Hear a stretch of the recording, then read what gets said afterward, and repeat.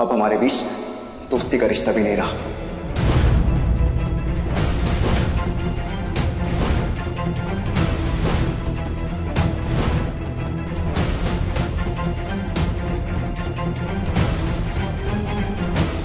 धोखेबाज।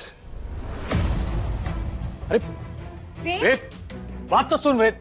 बेटा बेटा बात सुनो।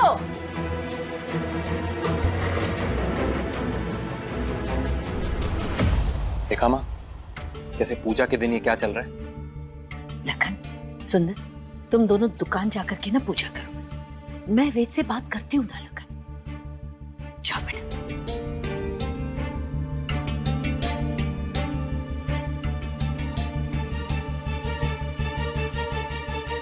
ठीक है, मैं अकेले ही पूजा कर लेती हूँ।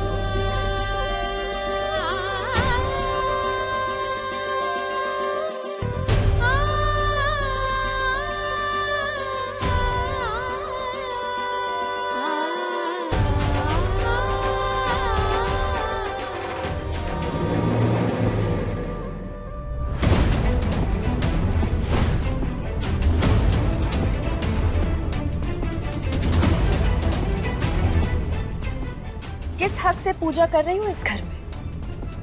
सुहागन होने के हक से, वेद कोठारी की पत्नी होने के हक से।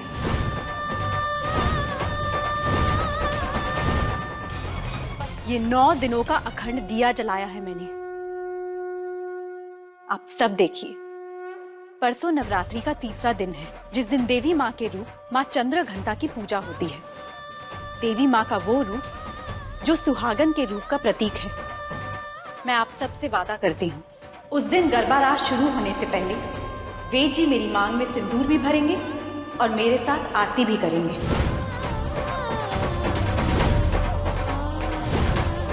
और अगर मैं सच्ची हूँ तो मेरे रास्ते की सारी अड़चनें देवी माँ के आशीर्वाद से अपने आप दूर हो जाएंगी।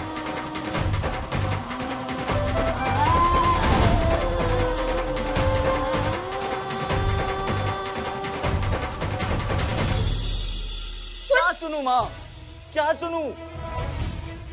कुछ सुनने के लिए रह ही नहीं गया। क्या सुनू?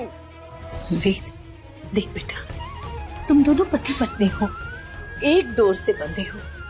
आज नहीं तो कल फिर तुम्हें साथ होना ही होगा। और देख बेटा, तू भी उसे माफ कर ही देगी। नहीं माँ, ऐसा कभी नहीं होगा। उसने मुझे इतना बड़ा धोखा दिया, मेरी फीलिंग्स के साथ खिलवाड़ किया। मैं उसे कभी माफ नहीं करूंगा और ना ही मैं उसे अपनी कोई पत्नी मानता हूं। वेद, वेद क्या कर रहे हो? आप तो खुश हो ना कि वो आ गई? तो ठीक है, मुबारक हो आपको आपकी बहू। उसे घर में जो कमरा देना दे देना, क्योंकि वो इस कमरे में नहीं रह सकती। मना किया था ना कि बार बार फोन मत करना।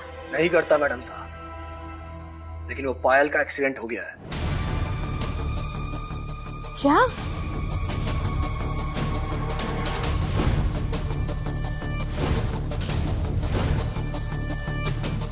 कैसे?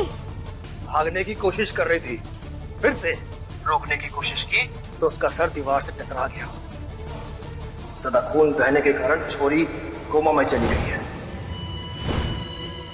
मैडम, आप कहो तो छोरी को खत्म कर दूं? कहां तक धोते फिरेंगे इसे हम? बेवकूफी की बातें मत करो। तुम्हें उसे जिंदा रखना है।